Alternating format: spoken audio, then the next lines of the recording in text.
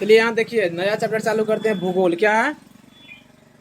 भूगोल है ना। आज नया चैप्टर चालू करेंगे, भूगोल के बारे में पढ़ते हैं। पहले भूगोल आखिर होता क्या उसके बारे में पढ़ लेते हैं। कहते हैं भूगोल वह विषय या विज्ञान है। क्या है भूगोल? एक विषय है या एक विज्ञान का भाग है ना, जिसके अंतर्गत पृथ्वी के ऊपरी स्वरूप। बोलिए, पृथ्वी का ऊपरी स्वरूप का मतलब क्या? मैदानी भाग, जिस पर हम लोग रहते हैं, है कि नहीं।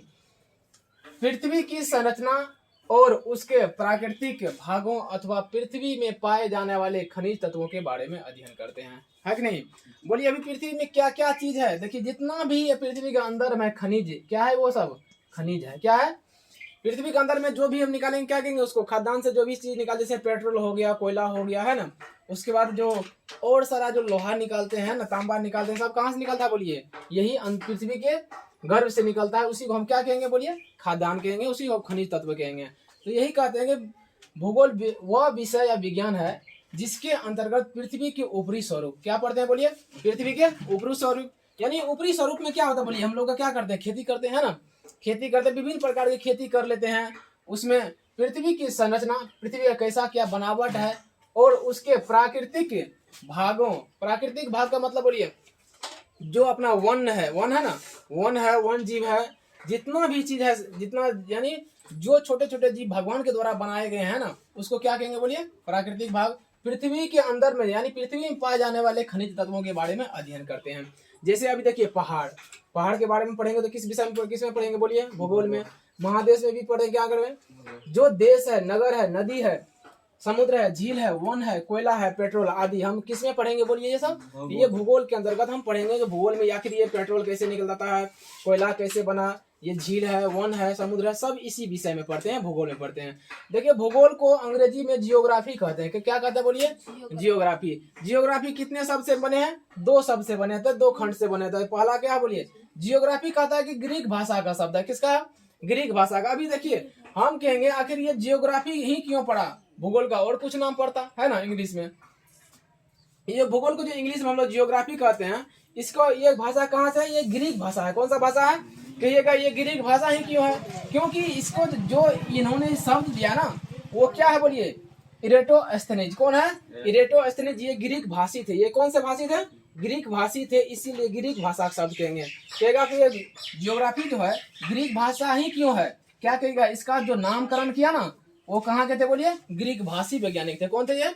ग्रीक भाषी वैज्ञानिक थे। भाषा का मतलब समझते हैं ना, हम लोग अलग भाषा है, उन लोगों का ग्रीक भाषा था। तो यही जो वैज्ञानिक थे, इन्होंने ही क्या किया? ये जियोग्राफी नाम दिया। ये क्या है? जियोग्राफी का मतलब क्या होता है? ये भूगोल होता है। इसका दो जो खंड होता है, पहला है जियो। पहला क्या? बोलिए जियो का अर्थ होता है पृथ्वी। जियो का अर्थ क्या होता है? पृथ्वी। और ग्राफो का अर्थ क्या होता है? बोलिए वर्णन करना या पढ़ना, वर्णन करना या पढ़ना या लिखना।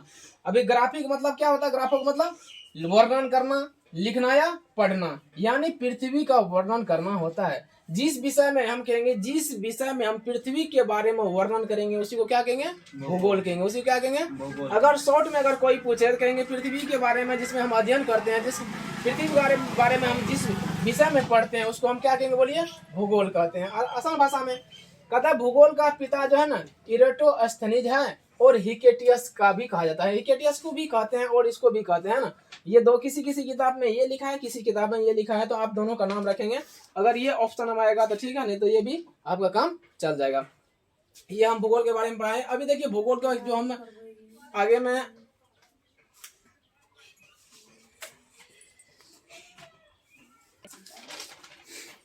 देखिए भूगोल को जो है ना दो भाग में बांटते हैं। कितने भाग में बांटा गया है? दो भाग में है ना। इसका जब हम देखेंगे, इसके जो पाठ्यक्रम पढ़ेंगे ना, तो दो भाग में है, एक क है, एक ख है।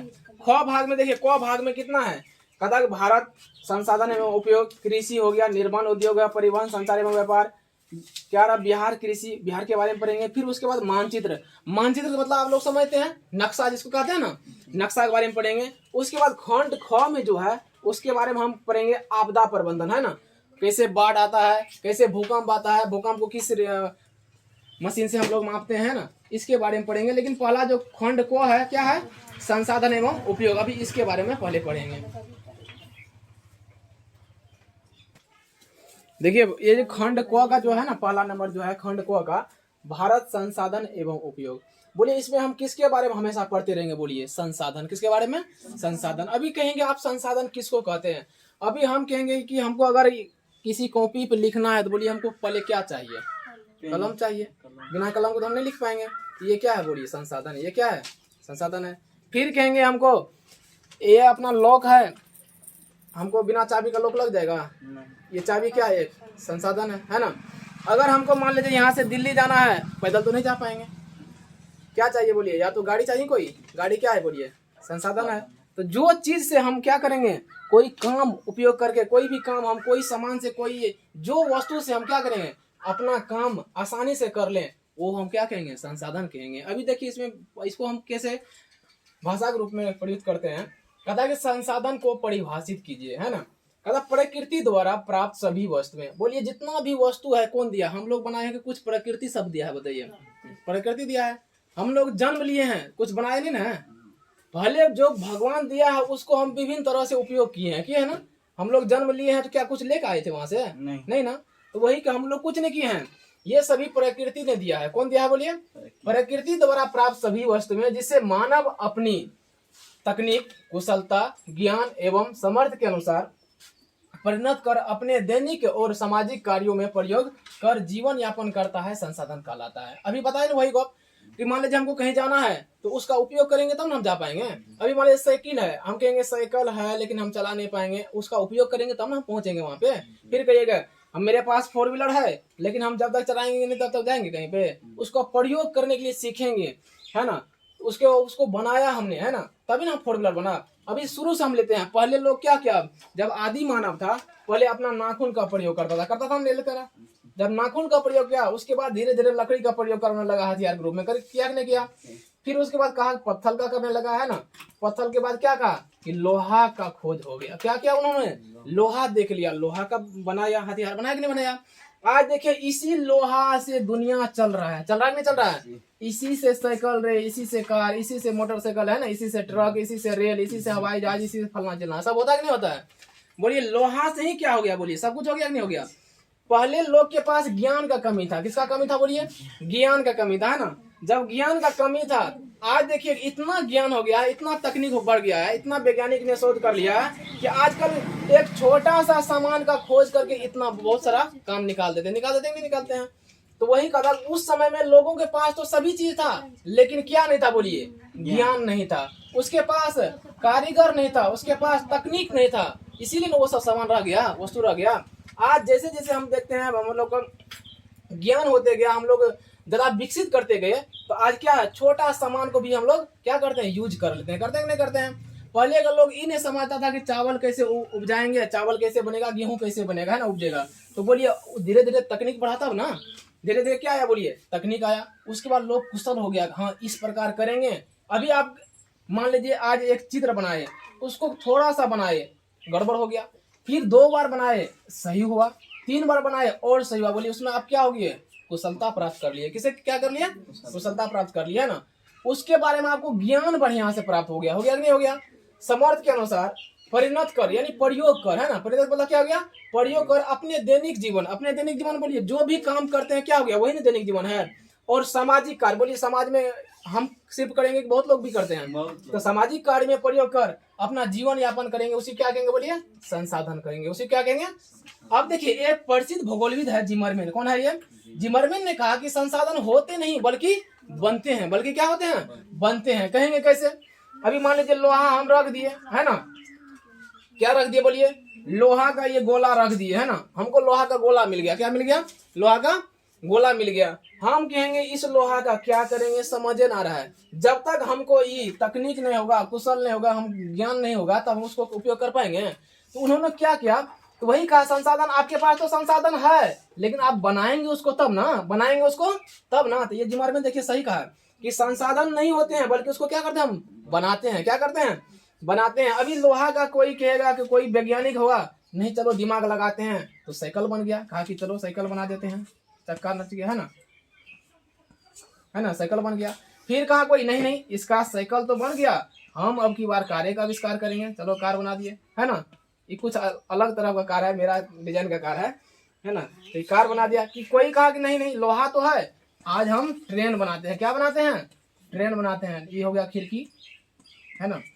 बोलिए, तो संसाधन होते नहीं बल्कि उसको क्या करते हैं, हम बनाते हैं। ये कौन कहा बोलिए, जिमरमैन कहा। तो वही है संसाधन, यानी जो चीज हम कार्य करते हैं। बोलिए, हम कहें यहाँ पे फाइबर है, लेकिन फाइबर का काम क्या होगा, फाइबर है ना, कहेंगे फाइबर है। कोई ऐसा वैज्ञानिक हो गया, कोई ऐसा ज्ञानी हो गया, कहा कि फाइबर का आप कुर्सी बना दीजिए। क्या बना दीजिए, कुर्सी बना दीजिए। बोलिए, ज्ञान प्राप्त हुआ उसको, तब ना कुर्सी बन गया।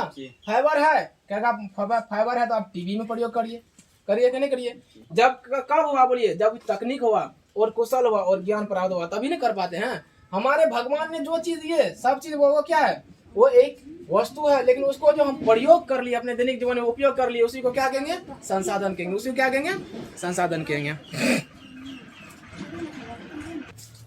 तो हम फाइनल कह सकते हैं ना, बोलिए, जितना भी वस्तु भगवान ने दिया उसको हम क्या किए, बोलिए, उपयोग करके चलाना सीख लिए, बनाना सीख लिए, उसी को क्या कहेंगे, बोलिए, संसाधन कहेंगे। उसी को क्या कहेंगे, संसाधन कहेंगे, है ना।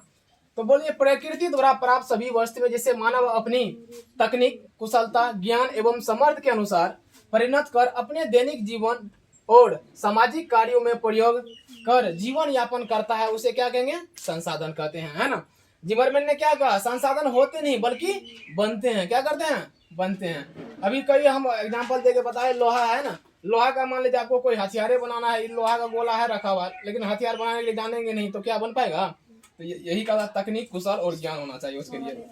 अब इसका हम प्रयोग यानी कितना टैप होता है वो पढ़ते हैं। यहाँ देखिए 2 नंबर में क्या है, संसाधन के प्रकार को लिखो, है ना, जितना भी है ना, जाइए संसाधन के प्रकार को लिखिए। देखिए जितना भी इसमें पढ़ेंगे ना हम, खाली संसाधन संसाधन, क्या पढ़ेंगे, संसाधन, है ना।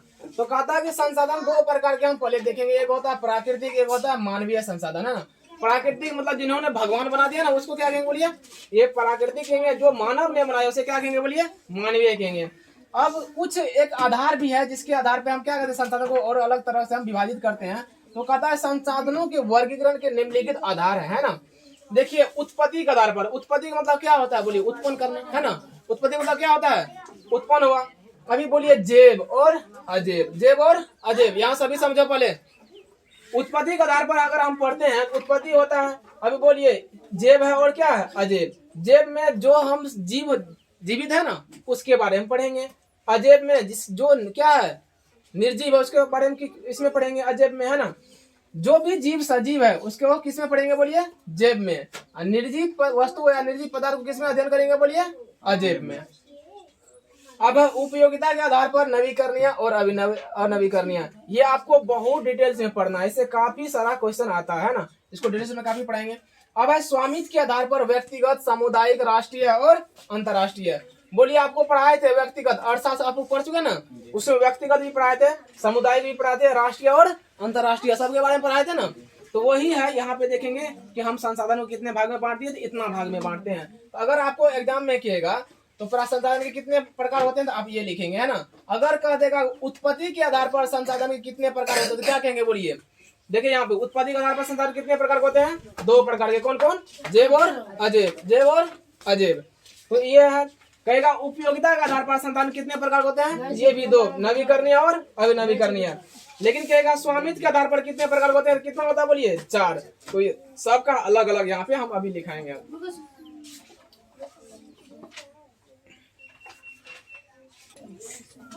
अभी देखिए क्वेश्चन नंबर अगला जो है, क्या कहता है, उत्पत्ति के आधार पर संसाधन के प्रकार को लिखें। और देखिए उत्पत्ति के आधार पर कितना प्रकार बताए थे, बोलिए, 2 प्रकार बताए थे, जेब और अजेब, जेब और अजेब। जेब में क्या बोले थे कि जिसमें हम जीवित प्राणी के बारे में पढ़ेंगे, है कि नहीं। और इसमें अजेब में क्या बताए थे, बोलिए, निर्जीव प्राणी के बारे में पढ़ेंगे, वही ना है। आप देखिए इतना आसान है, कहता है कि जेब, जेब से क्या होता है, बोलिए, जेब मंडल। जेब से क्या होता है, जेब मंडल का मतलब पहले समझिए। अभी हम जिस वातावरण में रहते हैं ना, जिस वातावरण में, इसी को क्या कहेंगे, जेब मंडल कहेंगे। क्या कहेंगे, जेब मंडल में बहुत सारा चीज आता है ना। वातावरण हमारा वायु हो गया, वायुमंडल हो गया, ये जितना भी हमारा ये पेड़ पौधा है, प्राणी है, सब किस में रहते हैं, बोलिए, जेब मंडल में हम रहते हैं। पता कि जिस संसाधन में जैव मंडल के बारे में अध्ययन करते हैं, जैव संसाधन कहलाता है। क्या बोलिए, ये खाली यहाँ देखिए संसाधन है ना, खाली इसमें क्या लगाना, आपको जिस लगाना। क्या लगाना है, जिस संसाधन में, कौन सा बोलिए, जैव मंडल के बारे में। किसके बारे में? जैव मंडल के बारे में अध्ययन करते हैं, उसको हम जैव मंडल कहते हैं या कहलाता है। बोलिए इसमें सजीव के सभी लक्षण मौजूद होते हैं। बोलिए क्या बताते हैं? जैव से जीवित है ना, क्या ना, जैव से क्या होता है? जीवित। इसमें हम जीवित प्राणी के बारे में पढ़ेंगे, जैसे हो गया मनुष्य। बोलिए मनुष्य अभी जो है वो जिंदा रहता है कि नहीं रहता है? ये हमारा क्या है? सजीव है। वनस्पति मतलब जितना भी पेड़ पौधा है, छोटा सा पेड़ हो गया, पौधा हो गया, सब किस में आएगा? बोलिए वनस्पति में। मत्स्य, मछली है ना, उसको मत्स्य कहेंगे। पशुधन, बोले जितना भी गाय भैंस बकरी और जितना भी होता है सब किस में आता है? बोलिए पशुधन। और अन्य प्राणी समुदाय, अन्य प्राणी समुदाय मतलब बोलिए कीट पतंगे है ना, बहुत सारे होते हैं ना, जितना भी है सब जो जीवित चीज है सब इसमें हम अध्ययन करेंगे। अब है अजैव संसाधन। निर्जीव वस्तुओं के समूह को अजैव संसाधन कहते हैं। किसके समूह को? बोलिए निर्जीव वस्तुओं के समूह को क्या कहेंगे? अजैव संसाधन कहते हैं। जैसे चट्टाने, बोलिए चट्टान सजीव की निर्जीव? निर्जीव। कोई भी धातु बोलिए क्या हो? सजीव निर्जीव? निर्जीव। एवं खनिज, खनिज का मतलब आप कहेंगे कोयला हो गया, पेट्रोलियम हो गया, डीजल हो गया ना, सभी क्या होगा? ये सब खनिज है ना। आपको कहेंगे घड़ी, घड़ी भी क्या है? बोलिए निर्जीव में है। जितना भी है ये सभी है अजैव संसाधन है ना। तो यही है जैव संसाधन और अजैव संसाधन। इसके बारे में आप लोग पूरा पढ़ के आएंगे।